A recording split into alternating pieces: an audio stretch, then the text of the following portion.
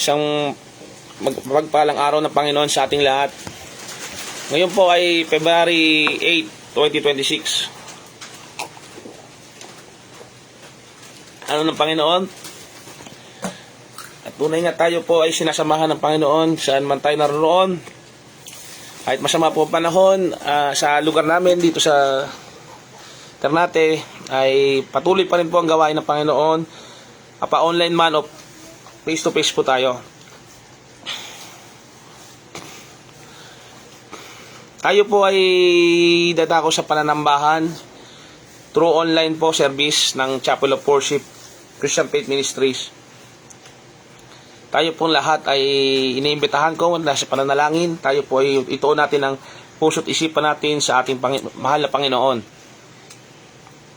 Tayo po ay manalangin. Pray tayo na. Dito kayo na. Pray. Dakilang Diyos, makapangyarihan sa lahat. Pinupuri ka namin, pinasasalamatan ka po namin sa pagkakataon na ito na kami po ay magkakatipon-tipon, not just physical but through spirit kami po ay nagkakasama-sama. Gayun din po sa mga tagapanood na hindi pa nalalaman ang gawain ito. Ito po ay ang pananambahan sa pamagitan ng online po. Dakilang Diyos, Amang Diyos na nasa langit, inahiling po namin sa inyo ang pakikipisan sa amin. Samahan niyo po kami sa buhay na ito, sa pananambahan na ito. Ang buhay po namin ang tunay na pagsamba sa inyo. Patawarin po kami sa aming mga maling ginagawa sa pag-iisip, salita, sa gawa. Tulungan niyo po kami na mas maging mabuti ang pakikisama namin sa lahat, ang pagkitungo namin sa inyo bilang kayo po ang may-ari ng lahat at Diyos at Panginoon ng aming buhay. Tawarin kami kung kami ay hindi nakasusunod sa inyong mga pinag-uutos, kung kami ay nakalalabag, kung kami ay may masamang isip at mga paggawa. Kinukumpisal po namin lahat ito sa inyo, Panginoon. Kami po inyong patawarin. Idinadalangin po namin sa inyo, Ama, ang gawain ito ng online ministry. Nawa po ay maging matagumpay ito at nawa po marami pa pong kaluluwa ang maabot ng gawain ito through online po. Dinadalangin ko po na hindi po sa pamamagitan ng sarili ko pong kakayahan, kundi sa pamamagitan po ng banal na Espiritu na siyang gumaguide po sa amin. Sa inyo po lahat ng kapurihan at karangalan sa ngalan ni Jesus. Amen. Po. Tayo po ay magsisimula ngayon sa pananambahan sa Panginoon. Tayo po ay aawit ang mga spiritual, mga himno, awitin.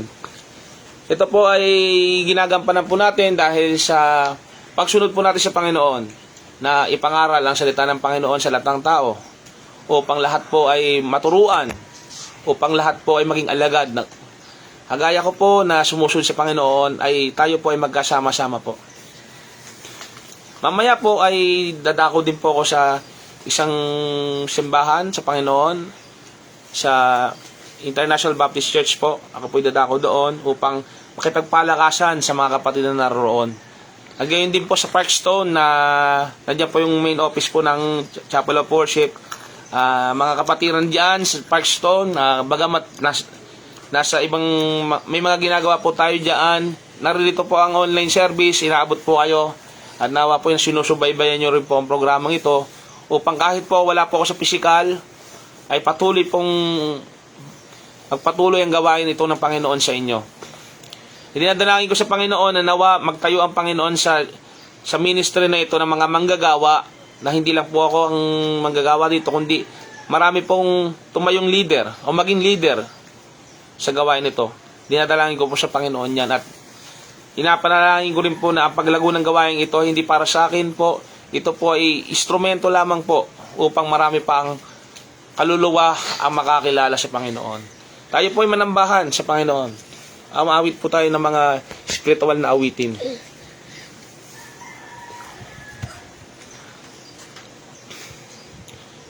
Okay po. Sa mga kaibigan ko po, katrabaho, binabati ko po kayo dyan. Mga member po sa PNP. Yan po. Ibinadalahin ko rin po sa Panginoon na nawa po ay ako pa yung manilbihan bilang isang chaplain po sa inaharap kung loobin ng Panginoon At bilang pastor din po sa mga community rin po, dinadalangin ko rin po na nawa po ay ang kinabibilangan ko pong organisasyon ay magpatuloy po sa pagsunod sa kalooban ng Panginoon na manilibihan sa bayang Pilipinas na talagang may takot sa Diyos at talagang sumusunod po sa tama. Dinadalangin ko rin po yung mga sambayan ng Pilipino po natin na nawa po ay hindi po tayo mag-away-away sa reliyon, hindi po tayo mag-away-away sa pananampalataya, kundi bagkus pilitin natin makasunod sa talagang kalooban ng Panginoon. Ano ba sekta man tayo o nung paniniwala man tayo, ang itinuturo lang po natin dito yung para pagmamahal sa Panginoon, pananambahan sa Panginoon. Tayo po ay maghanap ng aawitin, siguro po isang English, Tagalog worship, no?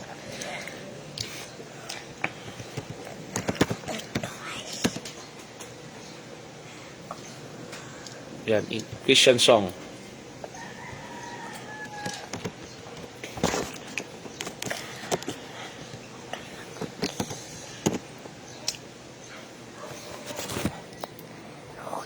Man, mag-ready ka, mahal. Pagtapos ito, ano tayo?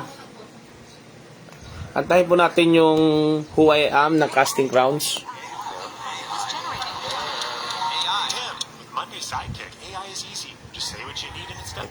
Napakapalad po natin sa panahon natin ngayon sa Pilipinas na wala po tayong diskriminasyon sa Kristyanismo.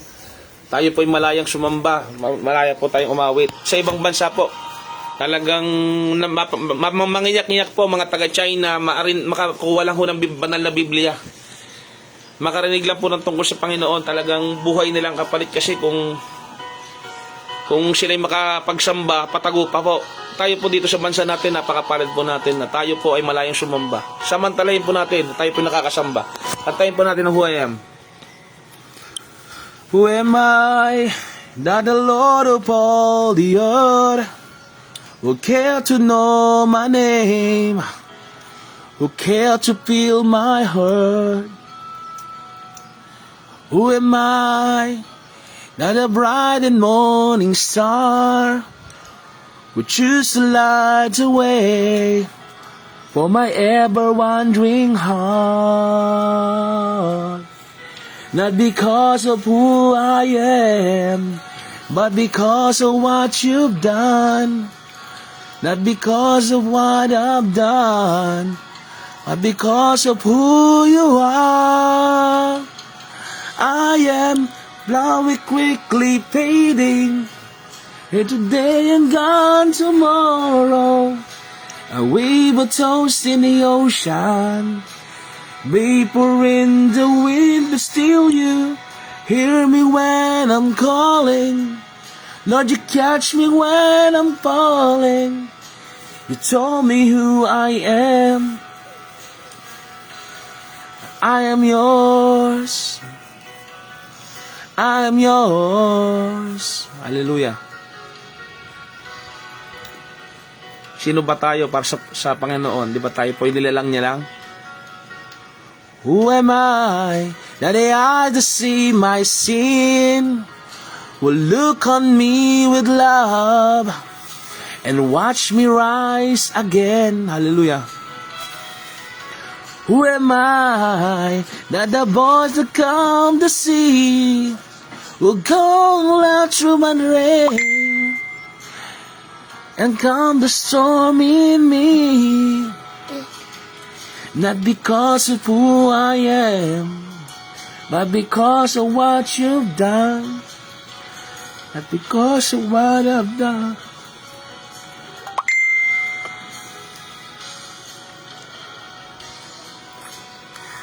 Flower quickly fading today.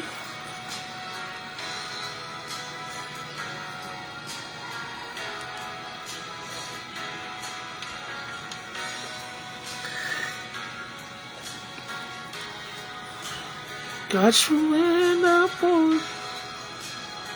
Thanks, bud.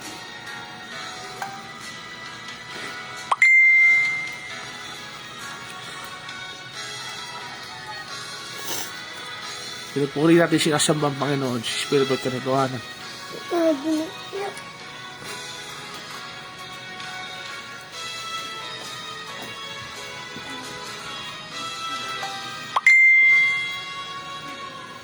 because of who I am, but because of what you've done, because of what I've done, but because of who you are. I am plowing quickly fading, here today and gone tomorrow. We but toast in the ocean, vapor in the wind, still you hear me when I'm calling.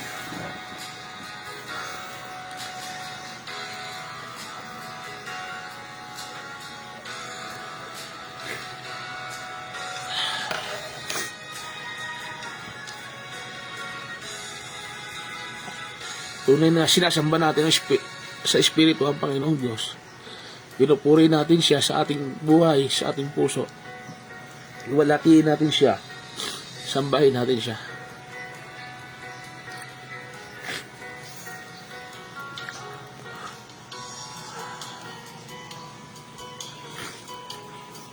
Anak, pero pwede ka na.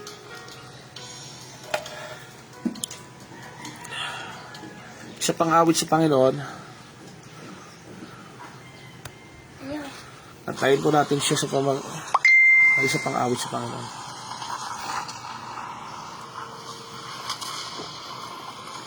Na. Dati bakit ka umiyak? Pero talaga sa pagsamba, anak. Hindi, nag-text ng si Lola. Purihin natin ang Panginoon, sambahin natin siya sa isa pang awitin. Text si Lola.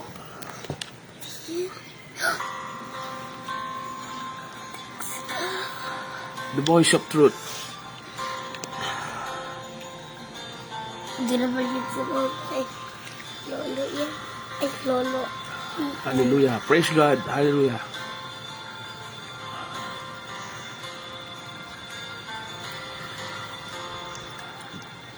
What I would do to have the kind of pain it takes to climb out of this boat onto the crashing waves, to step out of my comfort zone into the realm of the unknown where Jesus is. And He's holding out His hand, but the waves are calling out my name and they laugh at me. Remind me of all the times I were pale. The waves they keep on telling me time and time again, boy, you never win. You never win. But a voice of truth tells me a different story. The voice of truth says, do not be afraid. The voice, this is for my glory. Out of all the voice called my name, I will choose to listen and believe the voice of truth.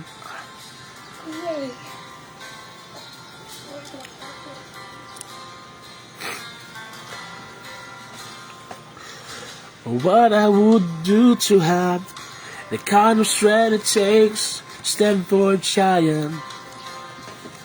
With just sling a stone, surrounded by the sun of 1,000 warriors, shaking in their armor.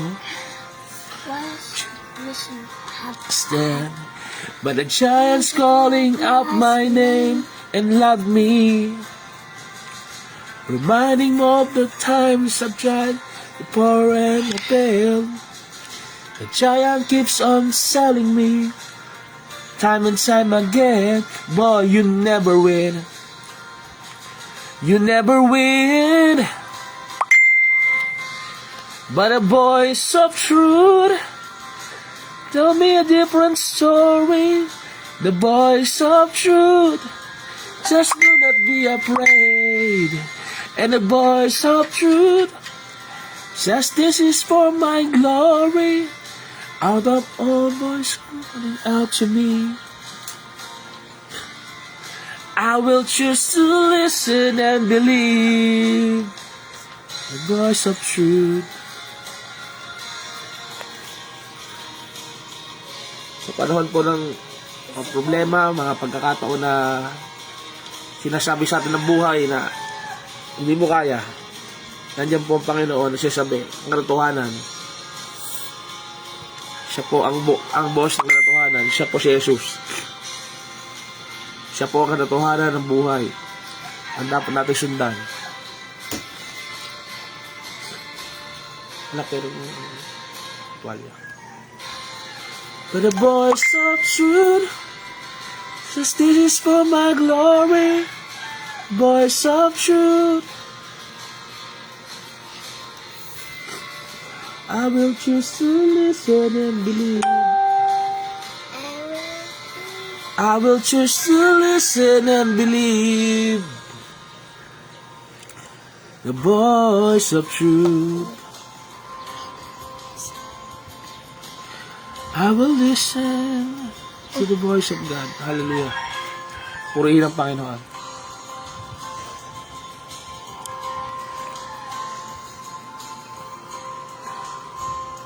Maabot pa Isa pang awitin sa Panginoon. Work today is work. Every day, people juggle so many different tools just to get work done. Let us worship Him in our voice. Purihin natin siya.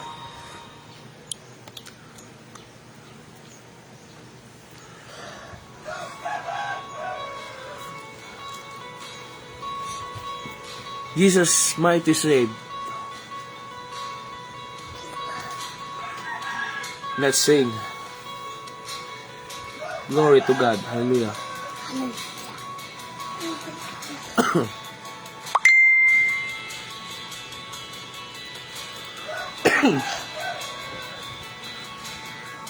The Lord God is with you. He is mighty to save. Hallelujah.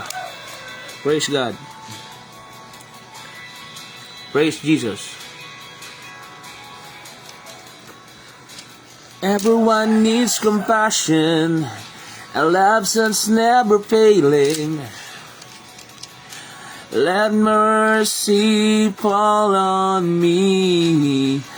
Everyone needs forgiveness. The kindness of a Savior. The hope of nations.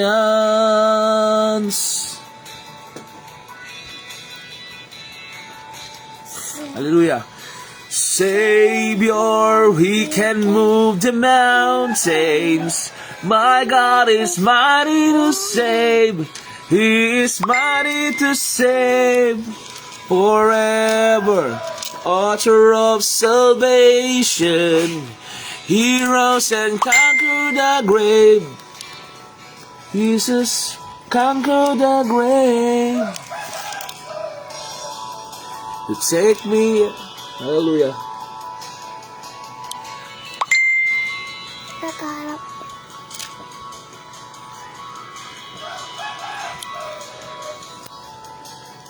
Take me as you find me. All my fears and failures. Feel my life again. I give my life to more to follow. Everything I believe in. Now I surrender. Hallelujah. I surrender. Savior. Savior, He can move the mountains. My God is mighty to save. He is mighty to save forever. Author of salvation.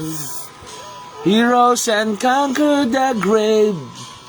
Jesus conquered the grave. Savior, He can move the mountains. My God is mighty to save. He is mighty to save forever. Author of salvation. He rose and conquered the grave. Jesus conquered the grave.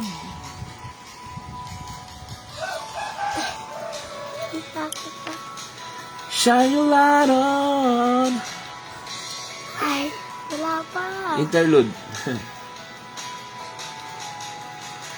Shine your light and the whole world see. We're singing for the glory of the risen King. Jesus, shine your light and let the whole world see. We're singing for the glory of the risen King. Savior, He can move the mountains. My God is mighty to save. He is mighty to save. Forever, author of salvation. He rose and conquered the grave. Jesus conquered the grave. Savior, He can move the mountains. My God is mighty to save. He is mighty to save. Forever, author of salvation. He rose and conquered the grave. Jesus conquered the grave.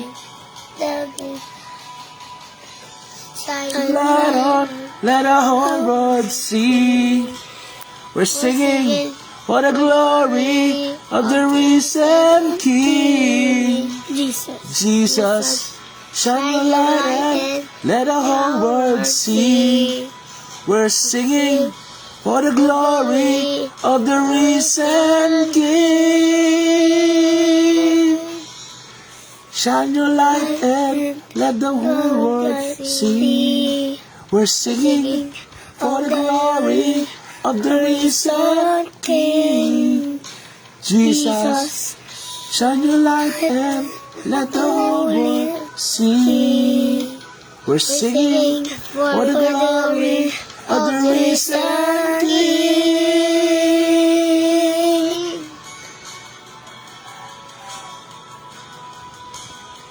We're singing for the glory of the risen King. Jesus, and the whole world sing.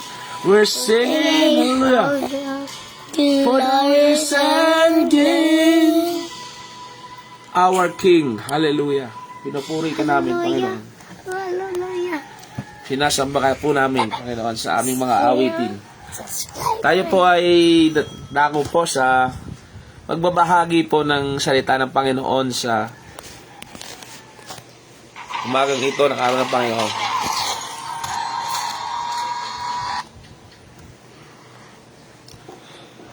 Welcome po sa gawain. Dako na po tayo sa message, study of the Word of God.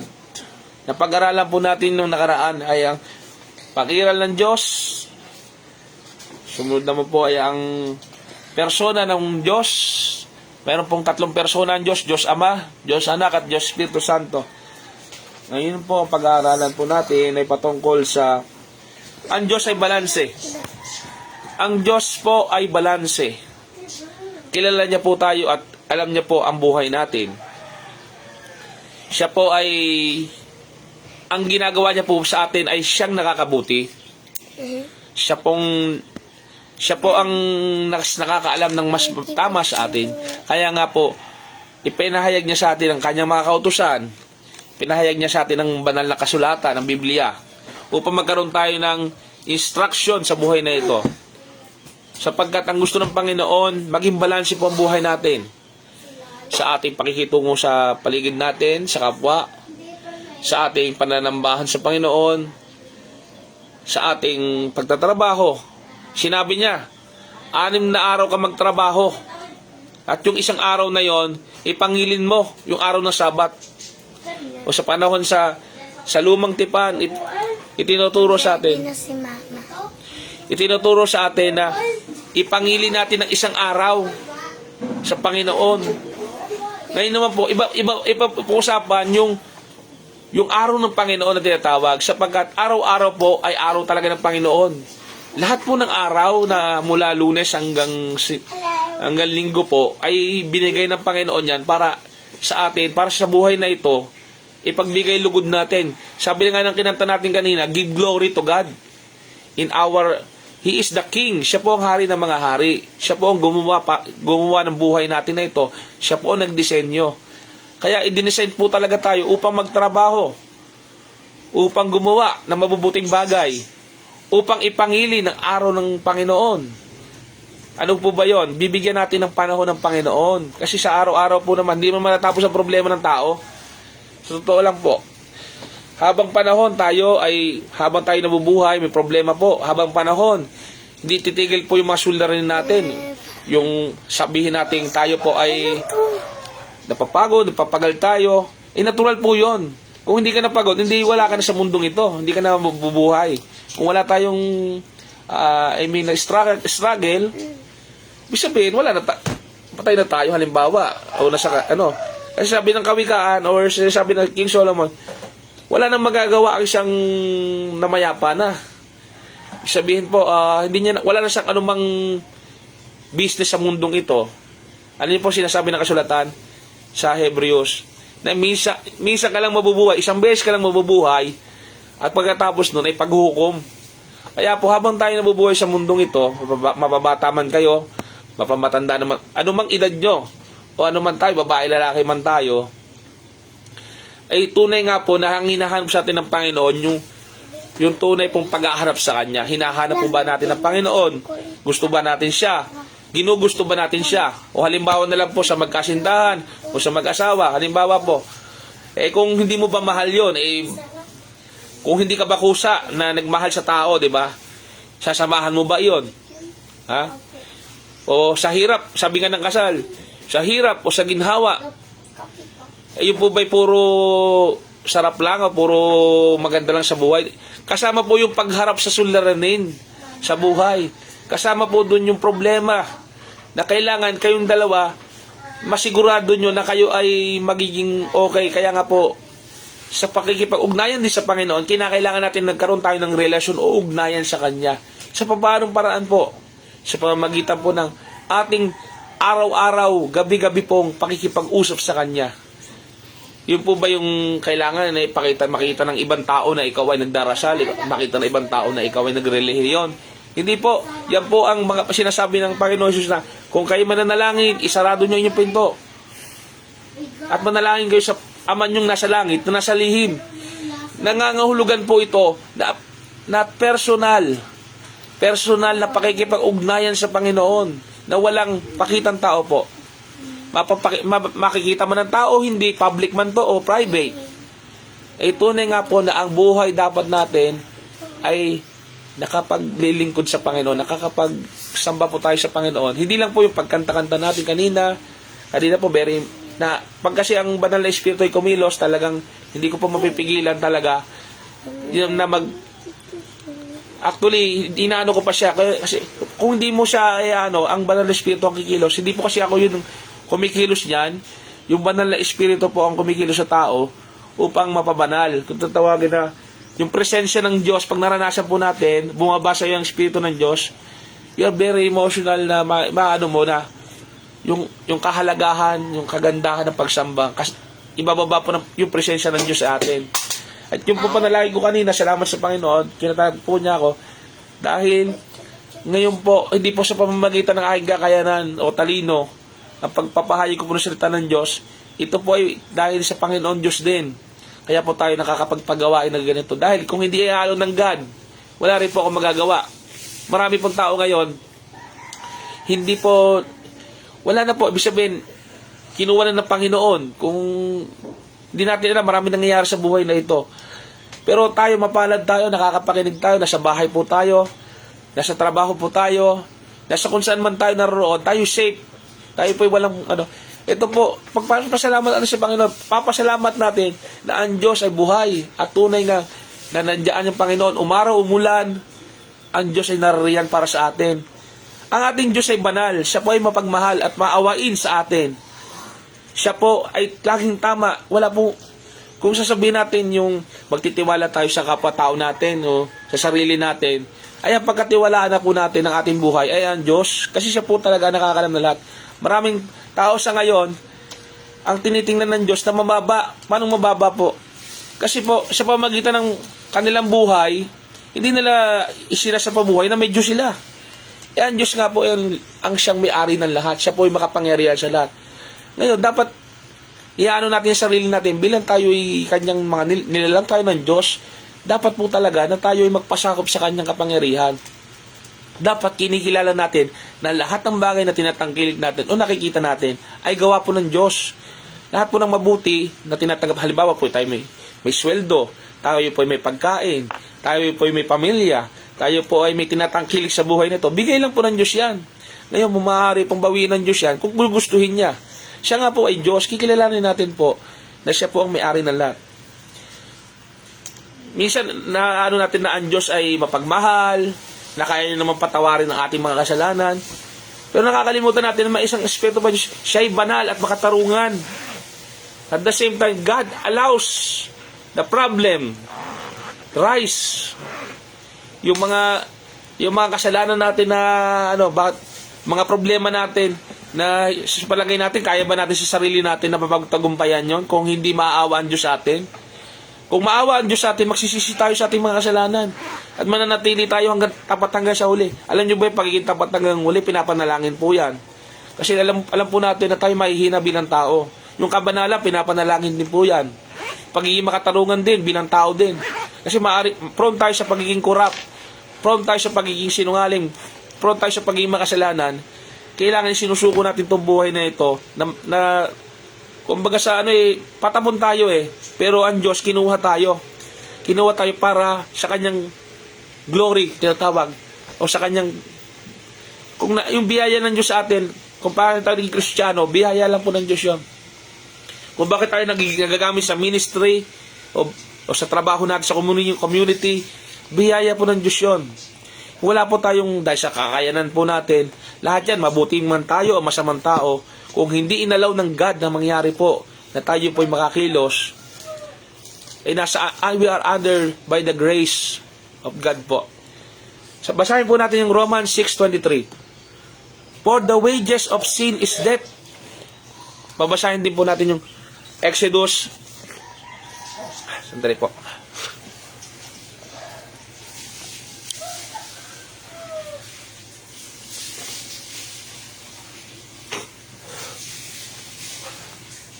Basahin po natin ng Exodus. Asan ba tayo, anak? 18 verse 20. 18:20. Sinasabi na 6:23 na for the wages of sin is death. Sa lumang tipan po, ating pong basahin. Exodus 20.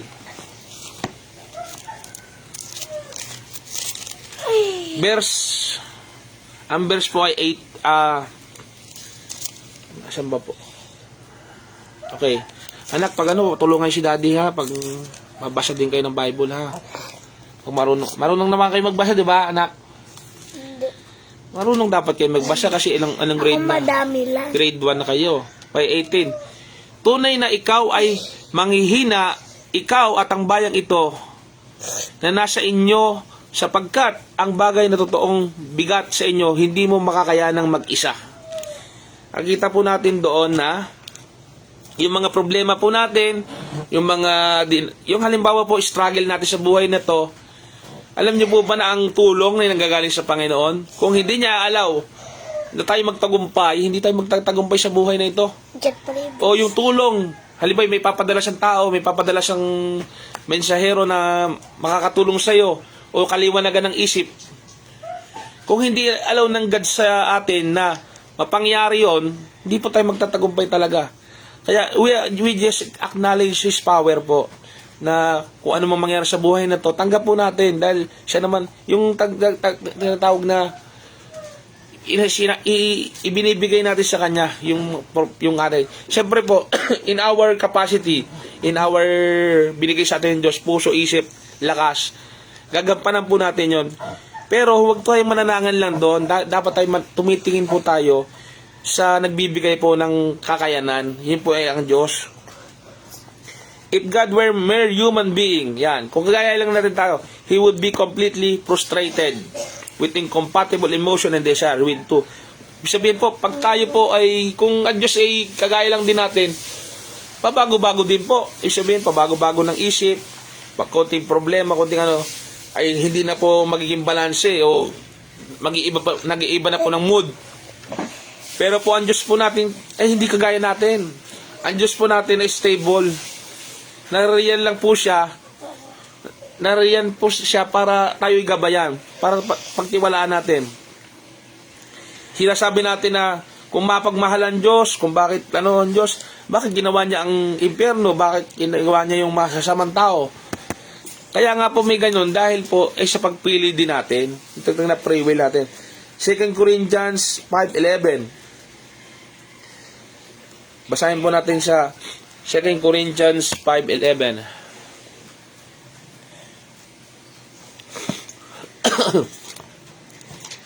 Umulan anak eh.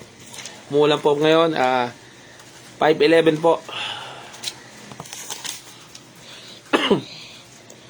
Yamang nalalaman nga ang pagkatakot sa Panginoon ay aming hinihikayat ang mga tao. Ngunit kami ay nangahayag sa Diyos at inaasahan ko na kami ay nangahayag din naman sa inyong mga budhi. Nangahayag ang Panginoon sa pamamagitan ng ating mga budhi. Di ba alam naman natin yung tama sa mali? Nakakapagtaka nga sa atin, alam na natin yung tama, alam natin yung mali. Bakit ang tao napupol pa rin sa pagkakamali po? Bakit talagang mas makapangyarihan yung gawa ng kasamaan? Dahil nga po may labanan, dahil nga po ang Diyos ay nagdedemand sa atin, nagayahin natin siya. Doon po nakikita kasi, bakit may kasamaan, bakit may ganyan po. Doon po makikita yung kabanalan, yung kabutihan. Kung meron, halimbawa po sa isang pelikula ho, sa isang kung walang kalaban, siyempre, paano maano yung bida? Paano sa makikitang masasabihin, ito ang bida, nagtagumpay sa isang episode o isang ending, happy ever after, di ba po?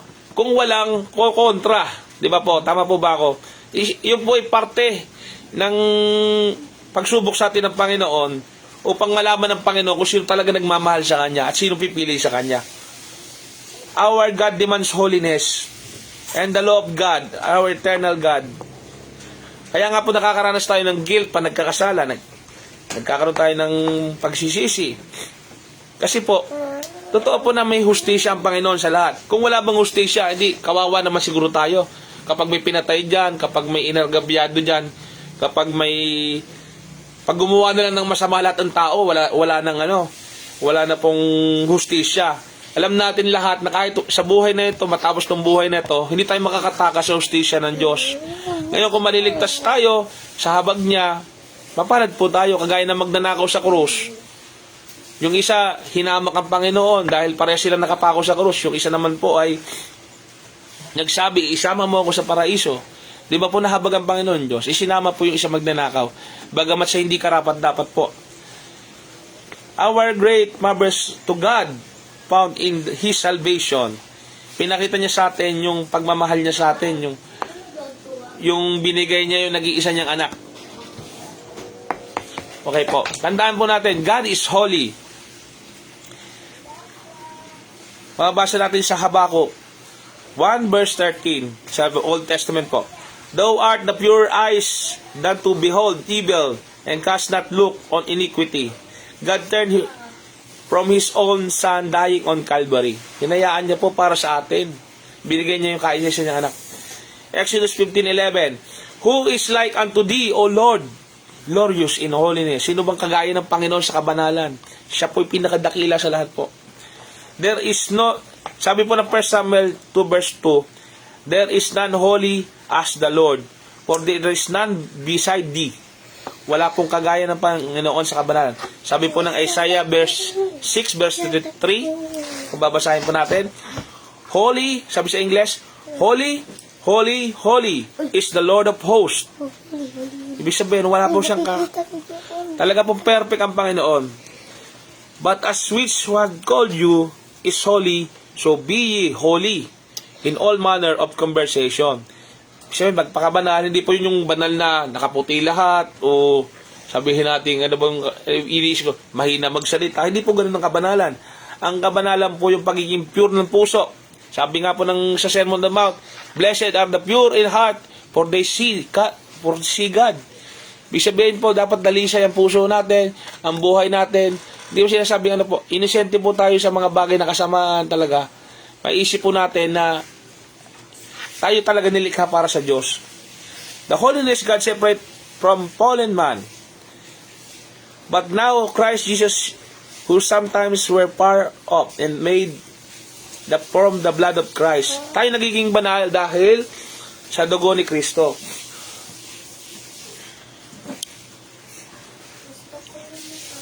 Dahil po sa Panginoong Hesus. Kaya naman tayo naging banal dahil ibinigay niya sa atin na nag-iisa niyang anak upang tayo mapabanal. So, ibasahin po natin. Una, God is holy. Pangalawa po, God is love. Ang Diyos po ay pag-ibig. Balanse po ha. Una muna, God is holy. Ngayon, ang tingin natin sa Diyos, God is love. He that love not, kung sino daw ang hindi nagmamahal, hindi niya nakikilala ang Diyos. Dahil ang Diyos ay pag-ibig. Sabi na 1 John 4:8. Basahin nga po natin sa Tagalog. Kaya imposible po magmahalan siyang tao kung walang Diyos eh. Kasi siya pinagmumula ng pag-ibig talaga. Kung may pagmamahal man yun, siguro hindi po totoo ang pagmamahal yun. 1 John 4:8, 4:7. Ang mga minamahal, mga ibigan tayo sa isa't isa, sapagkat ang pag-ibig sa Diyos ay sa Diyos. At ang bawat umiibig ay pinanganak ng Diyos at nakakikilala sa Diyos. Pag tayo pala po ay nagmamahal, tayo ay sa Diyos. Tayo ay nakakilala sa Diyos. What is love? Love is a desire for the delight in the welfare of one of whom the love is bestowed. True love even loves sinners and enemies. Ang totoo na pong pagmamahal, yung nag-iisip ng kapakanan ng iba, ng minamahal. Iniisip mo yung kapakanan ng minamahal niyo po. Hindi mo lang iniisip yung sarili mo, iniisip mo yung gusto ng minamahal mo. Yung po lang ang pagmamahal talaga. Hindi po siya selfish. The love is, ang tinuro sa ating pagmamahal, hindi po basta pagmamahal lang po sa naiibigan natin. Kundi sinabi ng Panginoong Hesus, ibigin mo, pati kaaway mo, pati makakasalanan. Bakit po? Dahil ang Diyos po ay nagmahal sa atin kahit ang tayo makasalanan pa. Noon tayo hindi pa nagmamahal sa Diyos, minahal na tayo ng Diyos. Kaya, kung gusto nating mahalan tayo ng Diyos, kung tayo ay manatili sa Diyos, sinabi niya sa atin, pati kaaway, maging tayo isakdal kagaya ng Diyos, pati kaaway, mahalin po eh. Nakalagay, Matthew 5 verse 44, verse 45. The love of God is manifest toward the Son and believers in particular. For the Father Himself loved you because she loved me and have believed and can approve. Kung tayo nagmamahal ay talagang sa Diyos tayo. John chapter 16 verse 27. God loves the world. Yung famous verse po, John 3:16. Mahal na mahal tayo ng Diyos. Ang mga tao po mahal na mahal ng Diyos. Kaya po, kung mahal na mahal ng Diyos ang lahat ng tao, therefore ganun din po dapat tayo. Dapat tayo nagmamahal sa lahat ng tao po. Which cause Him to think and plan. Kaya niya ginawa yung paraan ng kaligtasan dahil mahal na mahal niya nga po tayo eh. Mas nanaig po yung pag-ibig kaysa galit po. Kaya nga lang mamimili nga po tayo pagmamahal ng Diyos o galit niya. Yung tinatag na justice. Kaya nga po sa isang Kristiyano makikita po yung pag-ibig po. Hebrews 12 verse 6. Una, God is holy. Pangalawa, God is love. Ngayon po, God is faithful. God is faithful by whom ye were called unto the fellowship. Pag tayo nagkakatipon, nagkakasama-sama po bilang mga magkakapatid, tayo po ay nagpapakita ng pagiging tapat sa isa't isa. 1 Corinthians 1 verse 9. Know therefore, sinasabi rin po ng Deuteronomy 7 verse 9, know therefore that the Lord thy God, He is God, the faithful God. Kung ang tao po sa atin hindi matapat, kung ang mga tao po ay iniwan tayo, binigo po tayo, ang Diyos po, yung tunay pong Diyos, hindi po tayo bibiguin. Sinasabi na po ng kasulatan yan. Kaya po may pag-asa pa sa buhay nito. Meron po pag-asa talaga kung tayo ay magbabalik loob sa Diyos. What does the word faithful mean? Ano nga ba ang kahulugan ng pananampalataya? Pagiging tapat pala. It means someone who can be safely trusted. Pwede mong pagkatiwalaan ng mga words mo, pwede mong pagkatiwalaan ng buhay mo, who is reliable and dependable. Nakadepende ka sa Kanya. God is faithful, for He is honest and never changes. Siya ay tapat, hindi nagbabago. Yung tao, minsan nagbabago pa nga pag masama treatment sa kanya, nagbabago ng isip, di ba po? How great is God's faithfulness? It reaches the skies. The mercy of our Lord is in the heavens, and thy faithfulness reach out of the cloud. Kung ikaw compare po, mataas po talaga. Hindi po natin kayang isipin ang kanyang katapatan, ang kanyang mercy, ang kanyang pag-ibig. Psalm 36 verse 5. All of God's work is done in faithfulness. Ginawa niya lahat ng mga bagay sa katapatan. Psalm 33 verse 4 says, for the word of the Lord is right, and all His works are done in truth. Ginawa niya sa katotohanan po lahat ng bagay.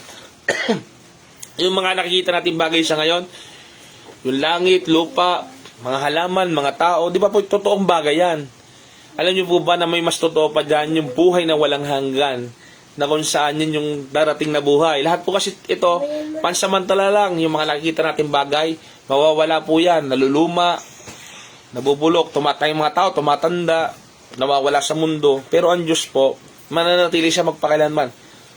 God's faithfulness is manifested in keeping His promises and fulfilling every word that He is spoken. God is unchangeable. Yan po. Hinihintay niya lang naman talaga tayo na mag-repent, magsisi sa ating mga kasalanan. Pero ang Diyos, He is patuloy pa rin po siya naghihintay sa atin na talagang nagtsatsaga siya sa atin upang tayo ay, habang tayo nabubuhay, may pagkakataon pa tayo manumbalik sa Kanya. God will keep every promise to protect, assist, and guide. Tayo po kasi mga anak niya. Di ba po tayo pag may mga anak, kahit sabihin natin may masama yung anak natin, o halimbawa may ginawang kasalanan, o nagsinungaling, o ano, kung anong ginawa ng hindi sinasabi, di ba naiinis lang naman tayo. Pero kung totohanan, mahal natin ang anak natin. Kasama yun sa dinidisiplina. Pero hindi nawawala po yung pagmamahal, yung pag-ibig sa anak. Pang-apat, God is merciful. Maawain po ang Diyos. Ang remind ko po ang Diyos po natin ay balanse. Meron siyang kabanalan, meron siyang pag-ibig, meron siyang pagtatapat, at meron po siyang kaawaan sa atin. The Lord is merciful and gracious, slow to anger, and plenteous in mercy. Psalm 103 verse 8 sa Old Testament po. Psalm 103 verse 8. The Lord is merciful and gracious, slow to anger, and plenteous in mercy. Sabi naman po ng Deuteronomy 4 verse 31, for the Lord thy God is a merciful God. He will not forsake thee. Maawain ng Diyos, hindi tayo pababayaan. Ito po, tayo ba may mga parents po ba tayo? Di ba po kahit anong sama natin, kahit anong natin, di ba po ang mga parents natin, nandyan lang naman ang parents natin upang yung mga talagang magulang talaga na nagpapakamagulang po talagang nandyan sila. How much more, di ba napakabuting bagay na may magulang po tayo? How much more pala yung spiritual talaga, yung God the Father na nasa langit, na nilikha tayo lahat. Di ba po? Kung siya gumawa ng pag-ibig, hindi mas totoo po talaga yung pagmamahal na nanggagaling sa Panginoon. Kasi lahat ng mabubuting bagay, pagmamahal dito sa lupa, nanggaling din naman sa Kanya yan Instead of inflicting pain and death as punishment for sin, the Lord is merciful and gives blessing, health, comfort, and earthly joys. Sinasabi ng Matthew 5 verse 45, He make His sun to rise on the evil and on the good, and send rain on the unjust. Di ba napapansin natin, bakit may tag-ulan, bakit may tag-init, di ba po? Nakakaranas naman po lahat yan mapamasama o mabuti. Nakakaranas ng bagyo, nakakaranas ng tag-init. Gawa po, ang Diyos po ay mapagbigay sa atin. Kahit sa masama, nagbibigay din po siya ng kabutihan. Pero tandaan po natin sa takdang panahon, tayo pa magsusulit sa Kanya, sa ating katapatan, sa ating pagmamahal sa Kanya. God is sovereign, can choose to whom He desire to show His mercy. Kung gugustuhin niya maawa, wala na tayong pakialam, maaawa Diyos sa kaawaan niya. Sapagkat siya Diyos. Romans 9 verse 15 to 18. Sapagkat siya Diyos, the mercy of God can shown on multitudes. Pwede siyang maawa sa maramihan po. The showing mercy to thousands of them who love me and keep my commandment. Paano siya maawa sa atin? Exodus 20 verse 6. Kung susundin natin ang kanyang kautusan. Sabi dito. Paano siya maawa sa atin? Kung tayo pipiliin natin ang Diyos. Pabango. Ay, Sapagkat sinasabi, kung susundin niyo ang Panginoon Diyos, ang pagsunod po sa kautusan, bunga po yan ang pagmamahal sa Kanya. Bunga po yan ang kusang pagsunod. Kusa po hindi po yung pamimilit po The Lord extend mercy to those who trust Him. He that trusts in the Lord, mercy shall compass in Him. In Psalm 32 verse 10.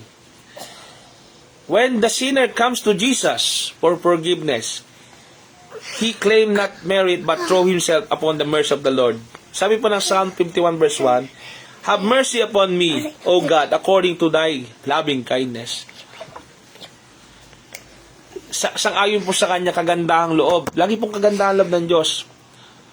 Panlima po, ito po, ang una pong nating tinalakay ay God is holy, God is love, God is faithful, God is mercy, and God is just. Makatarungan po ang Diyos. A God of truth and without iniquity, just and right is He. Deuteronomy 32 verse 4. The judgment of the Lord are true and righteous altogether. Psalm 19 verse 9. Our God is just and righteous and will. Yung paghahatol po ng Diyos sa bawat isa, sa pangkalahatan, talagang makatarungan po yon. Walang pagkakamali po doon. Kung tayo mapunta kung saan man, kung sa langit o sa, wag naman sana doon sa ikalawang kamatayan, impyerno, talagang makatarungan po yon. Hindi po yung kagaya ng sa korte natin sa lupa. Minsan may pagkakataon na kahit matalino na po ang mga hukom, kahit talaga namang nag-aral na po ang mga yan, may tendency pa rin po yung tinatawag na judgment na hindi tama. Gawa nga tao lang po. Pero ang Diyos po ay Diyos. Kung tayo matalino sa palagay natin, talagang mas matalino ang Diyos sa atin. Higit sa lahat ng karunungan, siya nga po lumikha sa atin Siya nga nag-imbento siya nga gumawa sa utak natin Kaya asahan po natin na wala tayong maipagmamalaki sa Diyos. Siya po ay makatarungan. Alam niya po ang ginagawa niya po. There is no God else beside me. Walang Diyos liban sa Kanya. Siya ang tagapagligtas. Siya ay Diyos, sabi. Isaiah 45 verse 21. God being a righteous, holy, in a manner of, siya po ay patas sa lahat ng bagay po. Sabi ng 1 Samuel 2 verse 3, the Lord is God of knowledge, and Him actions are weight. Pero isipin niyo po yung mga matatalinong tao, isipin niyo po yung mga mahuhusay na tao. Di ba po ang pinipili natin halimbawa sa mga contest, di ba po yung mga judge natin na iniimbitahan diyan yung mga magagaling sa ganung larangan para halimbawa sa pagkanta, maawit sila ng siyempre mga bihasang singer din ang mag-judge dan. O kaya naman sa halimbawa sa pagtuturo, kung magtuturo ka, siyempre ang mag-judge dan yung mga magaling tumingin sa talaga nagtuturo na rin. Kaya mga nila, kung talagang pwede na magturo din yung isang tao. Gayun din po, ang Panginoon, higit sa lahat, marunong sa ating lahat.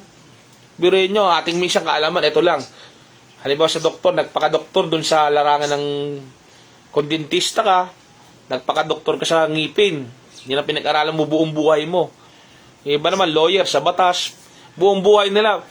Inaral nila yung criminal law, revised penal code, yung remedial law, lahat ng law, pinag-aralan. Nakita mo si mama? Dapat na papag-aralan din nila yung divine law, kung tawagin yung pinakamatas sa lahat ng batas po, yung divine law.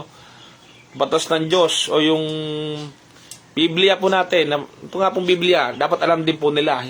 Kasi ito naman po talaga pinanggalingan ng konstitusyon. Lahat po ng batas natin, ang saligan po niyan, konstitusyon. Ngayon po, ang konstitusyon natin, ang binasihan naman po niyan, walang iba kundi ang banal na Biblia. Tandaan po na we are under the Spaniard and American rule before. Later on, naging sa Pilipinas po, yan po ang pinagbasihan po talaga. Kaya po, pag nanunumpa sa Biblia po, nanunumpa ang mga nagiging presidente, tama po ba ako? Dahil ganun kahalaga po ang pagkaunawa dito. Ngayon, kung magmamalaki tayo at tatanggalin natin ang salita ng Diyos sa buhay natin, nagmamalaki po talaga tayo dahil nanggaling po talaga tayo, pinanggalingan po talaga natin lahat sa Diyos po talaga. Sabi ng Genesis 18 verse 25, shall not judge all the earth do right. Siya po ang humahatol sa lahat. Kung decision niya, mamatay na to. Halimbawa, sa oras na ito, mamatay na. What tayo magagawa? Kinuha na ng Lord eh. Halimbawa, may alaga akong pets o alaga akong hayop. Pag namatay yun, halimbawa, ayun gagawin natin. Kung namatay talaga yung rabbit o yung aso, yung ano, kinuha na eh. Kahit anong pag-aalaga pa natin, talaga may takdang panahon sa kamatayan. Gayon din po sa tao. Tayo may takdang appointed time lang. Kaya make sure po na bago man dumating yung appointed time na sinasabi, nakukunin na tayo ng God. Yung kailangan talaga makasigurado tayo na maawa sa atin ng Diyos. Na talagang makilala natin si Jesus bilang ating Lord and Savior. Siya lang po yung, kung maghahatol sa tao, siya lang po yung karapat dapat maghatol sa atin. Kung bakit ganito ang buhay natin, Diyos po ang ano niyan. At saka yung mga desisyon natin sa buhay, pinili po natin yung mga bagay-bagay na kaya bakit tayo ganyan. Saka kung hindi mangyayari yan, kung tayo ay hindi inalaw ng God. Talagang sa Kanya po ang kapurihan at karangalan po. Dito po, our conclusion, God, a loving God, balance po ang Diyos. Hindi naman kagaya natin siya na banal, hindi man tayo banal talaga na sabihin na nagkakamali po tayo bilang tao na nagkakamali tayo, hindi man tayo maawain, hindi naman tayo makatarungan din. Pero kung tayo nagpapatuloy sa Diyos, kung tayo sinusuko natin ang kasalanan natin, kung sinasabi natin nakahabag din tayo sa iba, nagpapatawa din tayo sa iba. Sabi nga na Ephesians 5:1, yamang kayo anak na minamahalan Diyos, tularan nyo siya. Ibig sabihin, we just imitate our Creator. We are created in the image of God, gagayahin lang po natin. Kung siya ay banal, gayahin po natin siya. Kung siya ay mapagmahal, siya ay faithful, siya po ay maawain, siya po ay makatarungan. Di ba po, pag tinaglay po ng isang tao ang mga bagay na karakteristik ng Diyos, di ba po masasabi natin na isang ideal na tao ito? Binihin mo, mapagmahal, makatarungan, banal, ibig sabihin ng banal, talagang sa Diyos siya. Ayun po, makikita natin na hindi tayo pwedeng hatulan pag nasa Panginoong Hesus tayo Kasi nga po, sinisikap natin yung mga bagay ng yan. Pero tinulungan pa tayo ng Diyos na maging banal sa pamamagitan ng kanyang anak na si Kristo. Noong kayo bayaran ng ating mga kasalanan sa krus ng Kalbaryo. Yung kasalanan, i-require sa price, kamatayin po talaga yan, yung ating hatol dyan. Pero, ipinermit niya na ang kanyang anak, hinalaw niya yung kanyang anak mismo, ang magbayad niyo para sa atin. Tayo'y manikluhod, sumamba sa katotohanan na ito na ang Diyos ay dakila, siya ay perpekto at higit sa lahat, siya ay balancing Diyos. Siya po ay palaging nariyan upang magmahal sa atin. Marami po salamat sa, yan po ang mensahe ng Panginoon sa atin, ang patungkol sa pagiging well-balanced ng Panginoong Diyos sa ating buhay.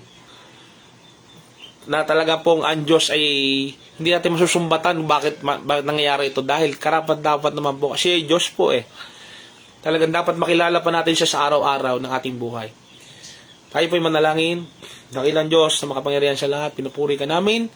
Pinasasalamatan ka po namin. Marami pong salamat sa pagkakataon na masamba po namin kayo at makarinig po ng mga aral na gagaling sa inyo. Tinataas po namin kayo sa pangalan ni Jesus. Amen. Okay po. Tayo po'y dadako sa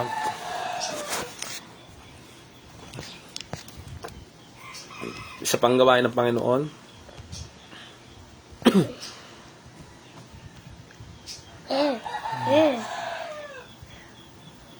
Ay.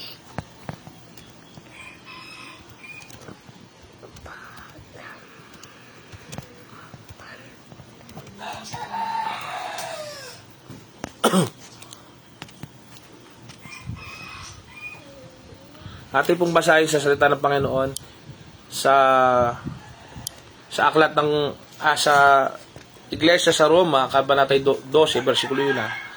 Kaya nga mga kapatid, alang-alang sa masaganang habag ng Diyos sa inyo, sa atin, ako'y nakikiusap sa inyo na ialay ninyo ang inyong sarili bilang isang handog na buhay, banal at kalugod-lugod sa Diyos.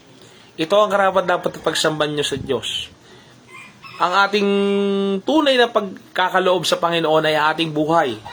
Itong buhay natin na ito, na hiram lang naman natin sa Panginoon Diyos, ito po ang iaalay natin bilang pagsamba sa Kanya. Ngayon naman po sa sinasabi sa pagtulong sa iglesia, sinasabi din naman natin na sa unang Korinto sinasabi na magbigay ang bawat isa sa inyo ng naayon sa pinasya ng puso, hindi napipilitan, hindi kailangan susumbatan, kundi yung kusang loob na pagkakaloob niya sabi. Ito po ay dapat magiging tulong sa mga kapatid, tulong sa mga manggagawa ng mga ministro ng Panginoon Diyos. Kaya po nagkakaroon ng pag-aambagan, ay tulong po ito sa gawain ng Panginoon. At ito po ay kusang loob. Sa mga kapatid po sa pananampalataya, you are welcome po na you have your own free will na mag-share po sa gawain ng Panginoon po. Just PM, just approach me sa sa pagtulong na yan sa iglesia ng Panginoon na sa mga dako na ating pinag-angaralan po. Ngayon po dadako naman po tayo sa gawain ng Panginoon. Dali anak. Ang pag-alala o ang banal na dulang. Anak.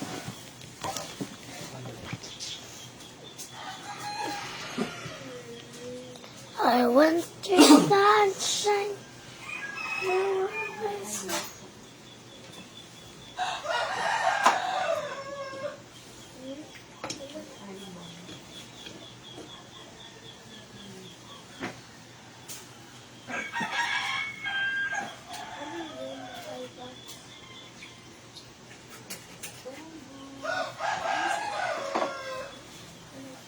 Ating pong alalahanin ang ginawa ng sakripisyo ng ating Panginoon sa krus ng Kalbaryo.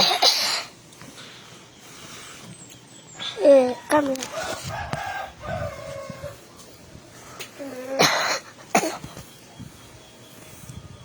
사랑과 나의 사랑은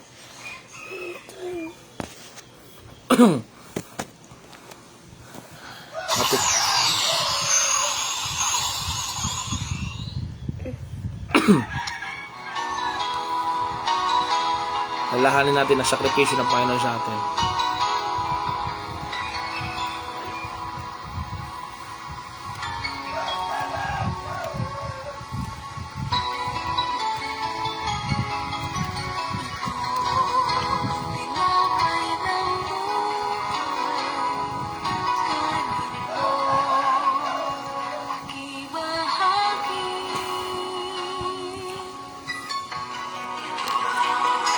Ating pong basahin sa Matthew 26 verse 26 to 28. While they were eating, Jesus took bread, and we had give thanks. He broke it and gave to his disciples, saying, "Take and eat this. This is my body." Ate pong ang tinapay na walang libadura. Pagsalu-saluhan po natin ang binigay niya para sa atin, si Kristo Jesus. At then he took the cup, and when he had give thanks, he gave it to them and saying, "Drink from it, all of you. This is my blood of the covenant, which is poured out for many for the forgiveness of sins." Ati pong inumin ang saro ng bagong diba?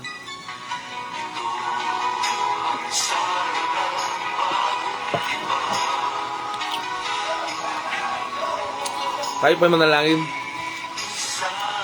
Maraming pong salamat sa Ama sa biyaya na pinagkaloob niyo si Kristo Jesus sa aming buhay.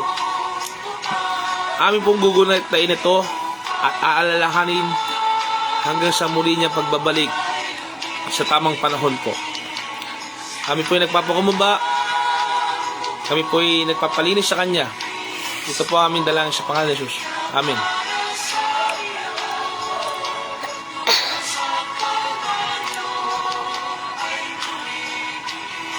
dito po nagtatapos ang ating gawain ng Chapel of Worship online service.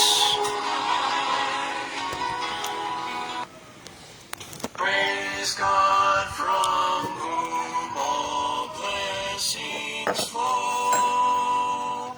Praise Him, all creatures here below. Praise Him above, ye heavenly hosts. Praise Father, Son, and Holy Ghost. Amen.